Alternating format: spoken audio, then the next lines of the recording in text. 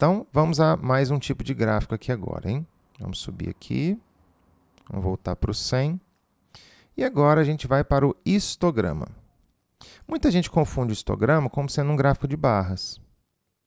Ele não é um gráfico de barras, apesar que ele tem barras, né, desenhadas aqui, ó. Mas isso não é um gráfico de barras. Então, já já a gente comenta sobre o histograma. Vamos ver o gráfico aqui primeiro. Distribuição do rendimento domiciliar per capita no Brasil por unidade federativa em 2019. Então, vamos lá. Número de ocorrências, né, na unidade federativa. Aí vai de 0,6 a 0,9, 0,9 a 1,2, 1,2 a 1,5, 1,5 a 1,8, 1,8 a 2,1, 2,1 a 2,4, 2,4 a 2,7. E aqui nós temos o rendimento em milhares de reais. Então, distribuição do rendimento domiciliar. Vamos entender isso aqui, ó. Vamos olhar para essa daqui. Aliás, vamos olhar para essa aqui que é a maior de todas. Ó.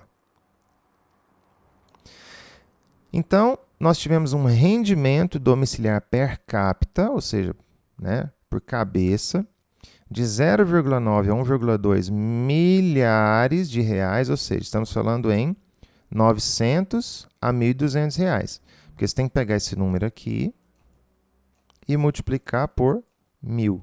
Né? Porque aqui está em milhares, então todos esses números aqui foram divididos por 1.000. Isso aqui dá 900. Então, isso aqui vai dar 1.200. Ah, então o que quer dizer isso aqui? Ó? Bom, e aqui no eixo Y a gente tem o número de ocorrências unidade federativa. Então, nós tivemos aqui ó, 9 ocorrências, tá? 9 ocorrências, em que houveram rendimento de 900 a 1.200 reais por cabeça no Brasil.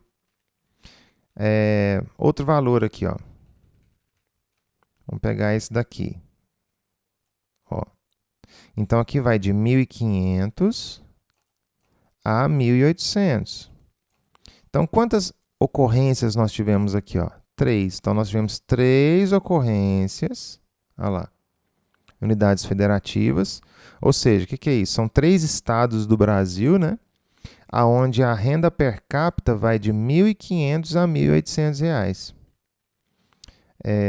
Outro exemplo aqui, ó, esse que está pequenininho aqui, 2,4 a 2,7. Então, vai de R$ 2.400 a R$ 2.700. Então, nós tivemos apenas um estado da federação, em que a média per capita ficou em torno de R$ 2.400 a R$ 2.700. Uau! Nós não tivemos nenhum estado em que a renda per capita foi de 2.100 a 2014. E também a gente não teve nenhum estado onde a renda per capita foi menor, né, ou igual aí a R$ 600. Lembrando que a renda per capita, né, pessoal, é quando você pega a renda geral, faz uma média entre o número de pessoas, né? Aí você sabe quanto por cabeça está ganhando cada pessoa economicamente ativa, tá? Porque senão você vai fazer a média com bebê aí, criança que não trabalha. Aí a renda per capita ela cai mais ainda, né? Então não se faz com bebês, crianças, é só com população economicamente ativa. Bom, diferentemente dos demais, note que as barras do histograma estão juntas. Isso não é à toa. Por quê? Ó? Porque a variável é contínua. Tá vendo? Então vai de 600 a 900, de 900 a 1.200, de 1.200 a 1.500. Então, nesse caso aqui, você tinha uma tabela que estava assim, ó, 600 pessoas, 600 reais até 900. 900 reais até 1.200. E aí, o que a gente tinha aqui? Ó? 7 estados brasileiros. O que a gente tinha aqui? 9 estados brasileiros. E assim vai, tá? E aí, a partir do momento que você tem essas classes aqui, nesses intervalos de classe, na hora de você fazer o gráfico, as barras vão ficar juntas mesmo. Por quê?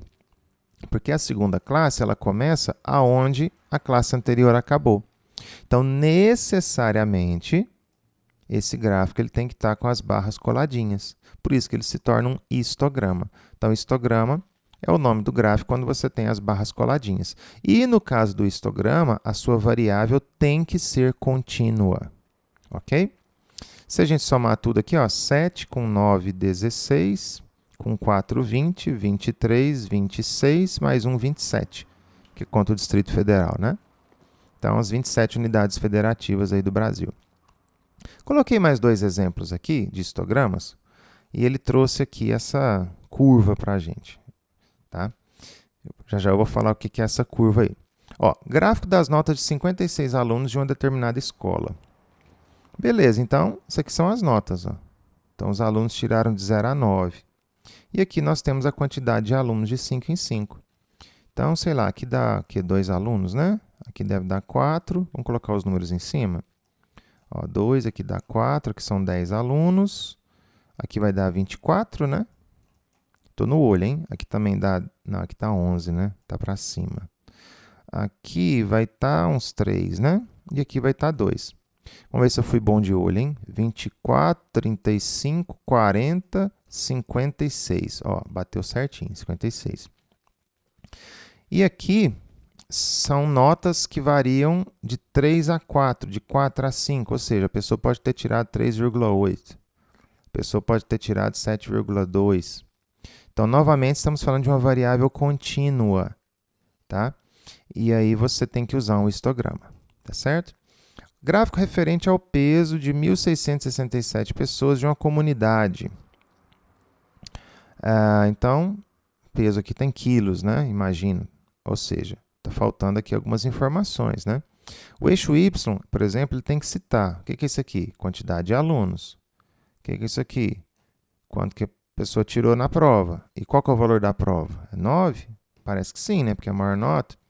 Porque se a prova valesse 10, teria que ter aqui 10. Ninguém tirou entre 9 e 10, então teria que estar vazio. Então, como aqui você tem até o 9, então isso aqui é a nota máxima que seria possível de você tirar na prova, tá? Nesse caso aqui, como estamos falando de peso das pessoas na comunidade, então quer dizer que nessa comunidade ninguém pesa mais de 100 quilos, tá? Até porque você pode colocar aqui 1.000 quilos e não vai ter ninguém, porque ninguém pesa 1.000 quilos, né? Não tem nem jeito. Bom, então nesse caso aqui, ó, também é no olhômetro, né? Então nós temos o que aqui, por exemplo? Ó, se você olhar aqui, deixa eu pegar aquela minha régua fantástica, né? Aquela régua top, ó.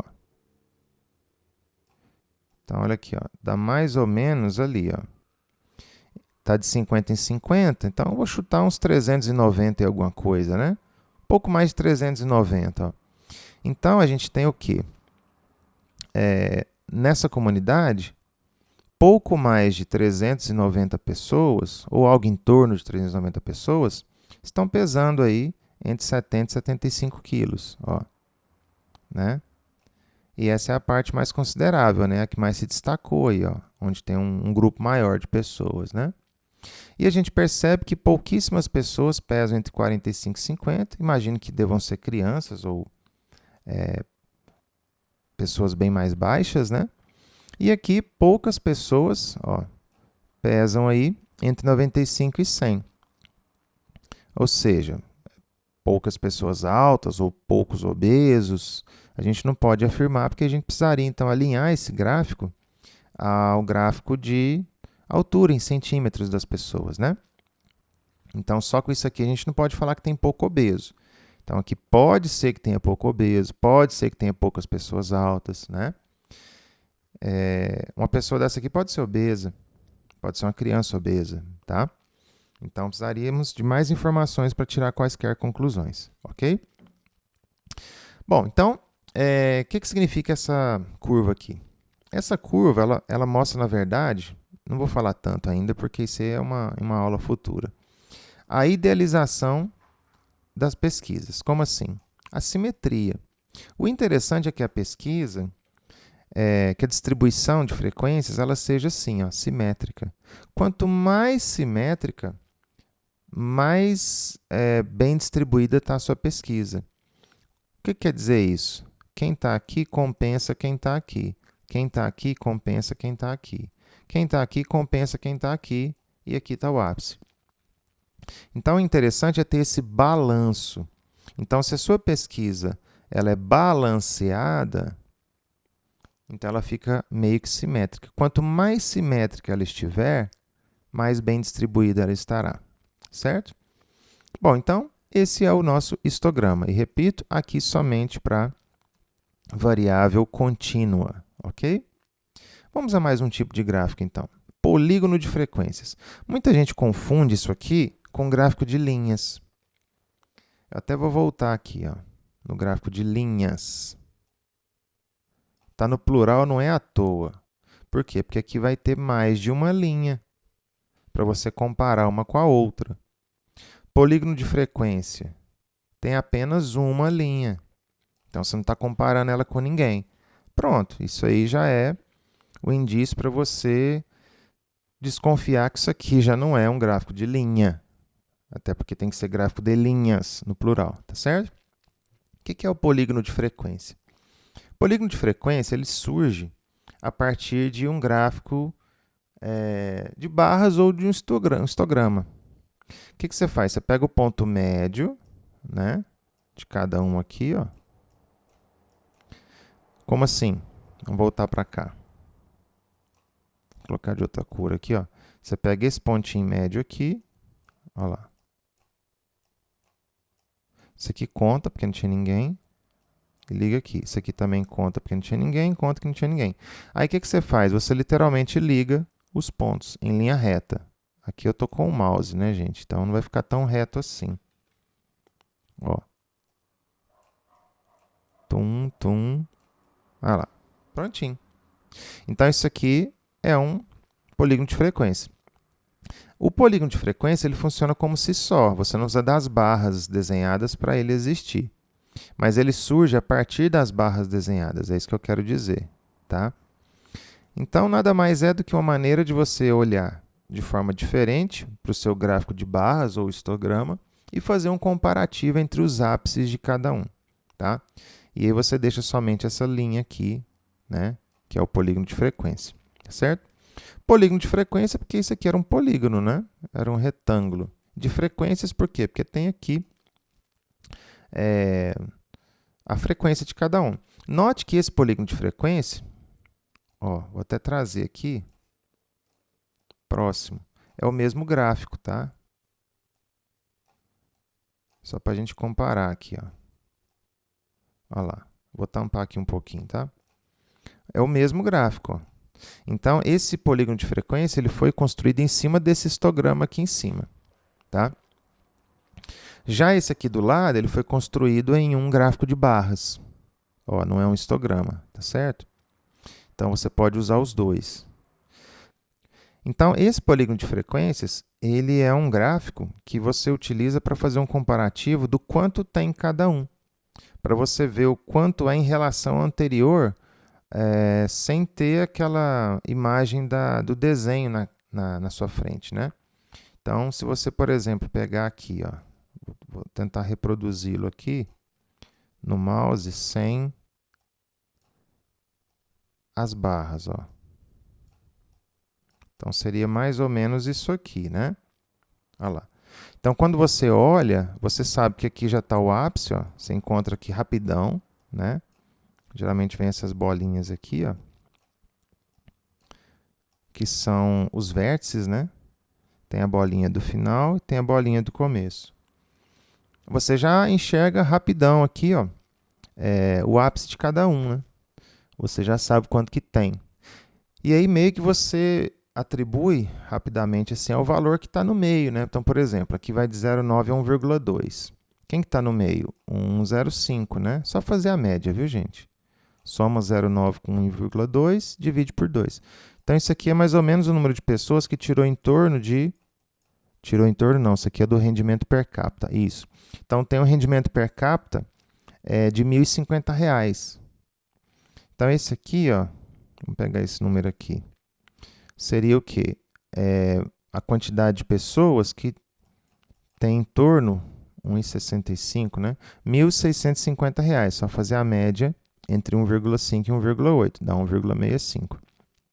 Então, é uma maneira diferente de você apresentar aí a sua pesquisa, se você não quiser usar um gráfico de barras. Ah, quero usar o polígono de frequências. Beleza, então use, tá? Bom, e aqui no caso a gente tem um polígono de frequência já num gráfico de barras, que não é o histograma, tá? Ó, trouxe aqui, violência contra as mulheres no Brasil, primeiro semestre de 2022. Então, vamos lá. Aqui, ó, é o número de pessoas, essas barras azuis, e a linha vermelha é o percentual do total. Então, por exemplo, aqui, ó, ameaça de morte. Quantas mulheres sofreram violência no Brasil, né? Que tipo de violência? Aí aqui está os tipos de violência. Então, ó, ameaça de morte, intimidação, tentativa de assassinato, prisão, assassinato, agressão, criminalização, ferimento, detenção, humilhação, contaminação por agrotóxico, meu Deus, envenenado, né? Alguma coisa assim. Tortura, sequestro, impedimento de ir e vir, estupro e contaminação por minérios. Tá. Então aqui, todo tipo de violência, seja assassinato, seja qualquer tipo de intimidação, etc. e tal. Aqui está o número de mulheres, né? Número absoluto. Aqui o percentual que isso representa, tá certo? Alguns gráficos trazem isso, gente, ó, 2 eixos. Um com uma informação e o outro com outra. Então, você já tem aqui, ó, 16 mulheres no primeiro semestre de 2022 sofreram ameaça de morte. Então, aí você vem aqui, ó, está na metade entre o 20 e o 25, ou seja, então é 22,5%. Olha lá. Então, você já tem o percentual, certo? Aqui nós temos, então, nessa linha vermelha, o polígono de frequências. Tá? E aí você tem aqui as barras em azul, a discriminação de cada um, né? O que é cada um? A intimidação. Nesse caso aqui, o interessante é a barra azul, né? Porque a barra azul, ela traz exatamente qual foi a violência sofrida pela mulher, né? Se você quiser saber o total, aí você soma aqui, ó, 16 mais 14, mais 8, mais 7, tá? Você soma cada um. Aí você tem o total de mulheres que sofreram algum tipo de violência, sim, conhecida, né? Fora as que não denunciaram, vamos dizer assim, no primeiro semestre de 2022. E aí o percentual que isso representa, tá? Bom, então, esse que nós apresentamos aqui agora foi o polígono de frequência. Ele pode ser usado tanto na contínua quanto na discreta, depende de onde você provém. Se você provir aí de um histograma ou de um gráfico de barras, de qualquer forma você vai ter o polígono de frequência, tá certo?